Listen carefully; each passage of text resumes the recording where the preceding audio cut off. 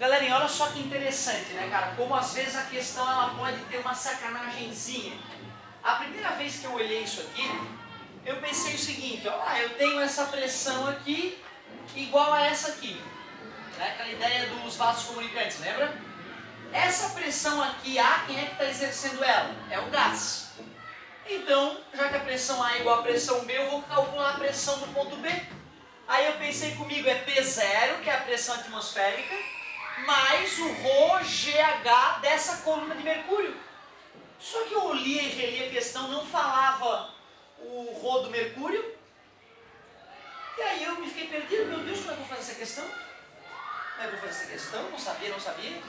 Até que eu me toquei, mas espera aí. A pressão atmosférica é 760 milímetros de mercúrio. Torricelli que nos ensinou. Que é a mesma coisa que 76 centímetros de mercúrio. E aqui tem mais 7,5 centímetros de mercúrio.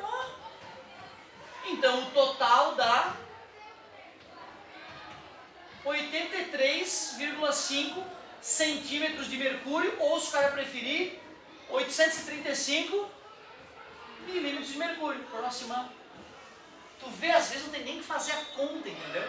É só o cara ter bom senso. Óbvio, se eu for medir milímetro de mercúrio, aqui tem 75 milímetros, mais os 760 da atmosfera, soma com... Dá pra acreditar que era só uma soma que era pra fazer? É que o cara fica achando que é difícil, a gente tem que acreditar. Será que não é uma soma idiota que eu tenho que fazer? Será que não é uma coisa muito tosca? Porque o cara achando física é foda, física é foda, física é foda. Cara, quando a gente acredita numa coisa, meu querido, ninguém diz o contrário, mesmo que ela não exista. Então temos que nos preparar, porque pode às vezes ser só um pouco de bom senso. Para eu poder fazer pelo teorema de Stevin, ele teria que me dar a densidade de mercúrio. Ele não me deu a densidade de mercúrio. Então era isso, era sacar que uma atmosfera são 760 milímetros. Aqui tem mais uma diferença de pressão que já está em milímetros de mercúrio, porque é mercúrio que ele usou. É só somar. Beleza? Deixa eu ver se a de vocês vai ser parecida. É, né? É mercúrio isso aqui? Tem 104 centímetros, né? Mais a pressão atmosférica. Mais 76 centímetros de mercúrio, matou o charada. Inacreditável, né? E parecia ser uma questão bem pesada. Mas era só uma pegadinha. Certo? Gostei de ver. Então essa questão aí vale a pena arriscar. Qual é a questão que... Tem a mesmo raciocínio, né? É isso aí, ó. Lá na página 44, a 3 e a 4 que mata com esse raciocínio. Boa pedida, hein, garoto? Muito bom. Dá pra fazer a saideira antes que o sinal bata, hein, galerinha? Vou fazer a saideira aí. Amanhã é feriado, quer ser positivo. Não tem problema nenhum. Olha só. Sempre que eu precisar calcular a pressão no fundo de um líquido, eu tenho o direito de usar o teorema de Stevin. Eu só vou ter que saber qual é a pressão em cima desse líquido, que é o que a gente chama de P0. Só que eu vou ter que conhecer que líquido é esse, a densidade desse líquido, a massa específica, a aceleração da gravidade e a altura. A altura eu tinha.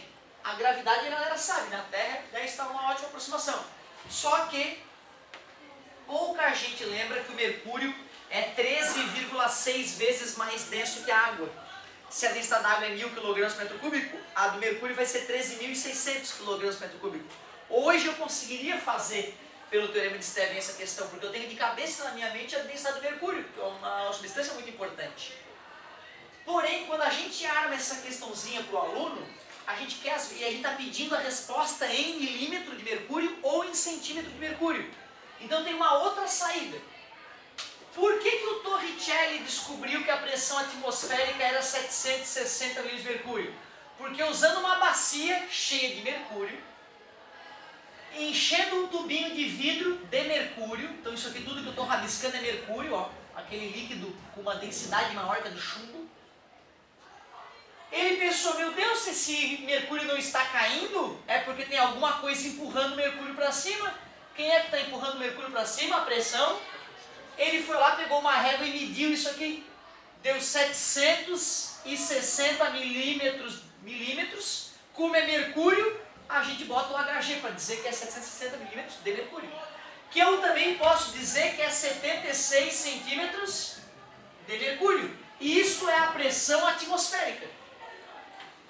Esse esse gás, se ele tivesse na pressão atmosférica, essas colunas iam estar equilibradas, porque ia ter a pressão atmosférica aqui e a pressão atmosférica aqui.